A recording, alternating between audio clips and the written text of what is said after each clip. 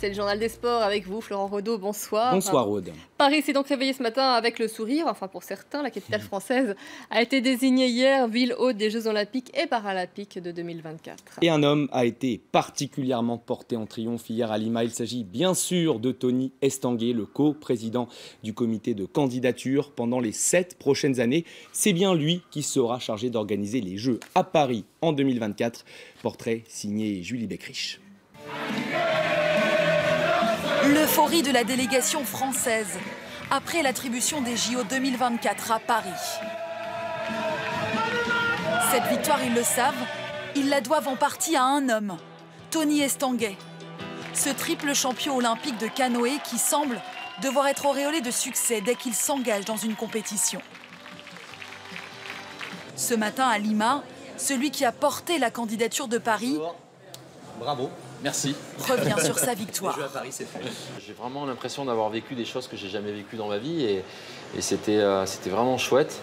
Et puis maintenant, effectivement, il y a un nouveau défi qui se présente. Ben voilà, on va se relever les manches et on va se mettre au travail et je pense qu'on va y arriver. Son nouveau défi, organiser les JO de Paris.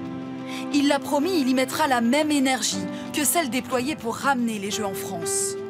Mois après mois, on l'a vu répandre son message sur les réseaux sociaux, les doigts en forme de tour Eiffel, sur le tapis rouge à Cannes, à Roland-Garros avec Nadal, dans une école à Haïti, et selfie même sur le perron de l'Élysée.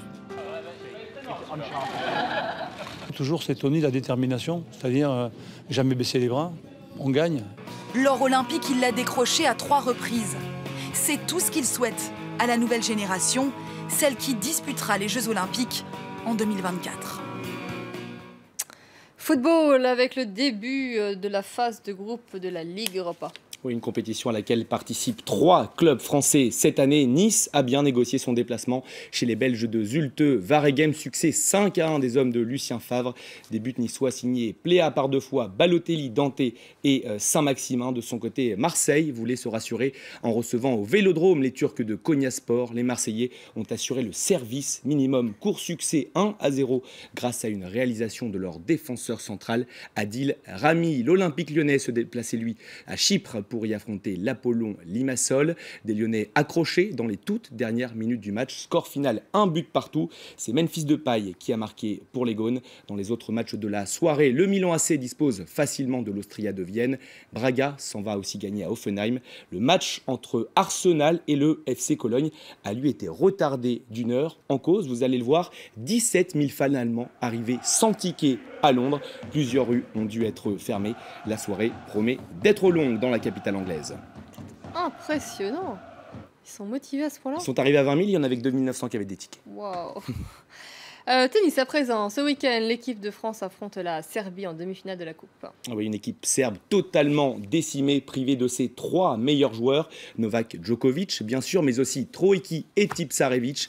Une aubaine pour les hommes de Yannick Noah qui visent désormais la finale. Le tirage au sort a eu lieu ce jeudi et c'est Lucas Pouille qui débutera face à Dusan Lajovic. Joe Wilfried Tsonga jouera lui en 2e position face à Laszlo Djere. On écoute le capitaine français Yannick Noah.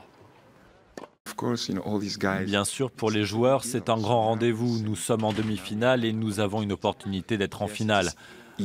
Alors oui, c'est plus simple sans Djokovic, mais ce sera quand même dur, car ce sont de très bons joueurs en face.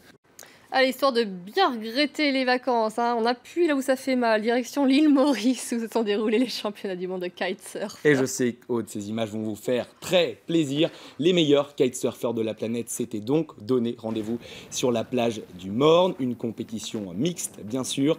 Chez les hommes, c'est l'Italien Ayrton Cozzolino qui s'impose. C'est son premier titre de champion du monde dans la catégorie. Chez les femmes, c'est une Américaine qui s'impose. Muna White, c'est son nom. Elle devance une Allemande et une Néerlandaise sur le podium. On va l'écouter après voir ces belles images.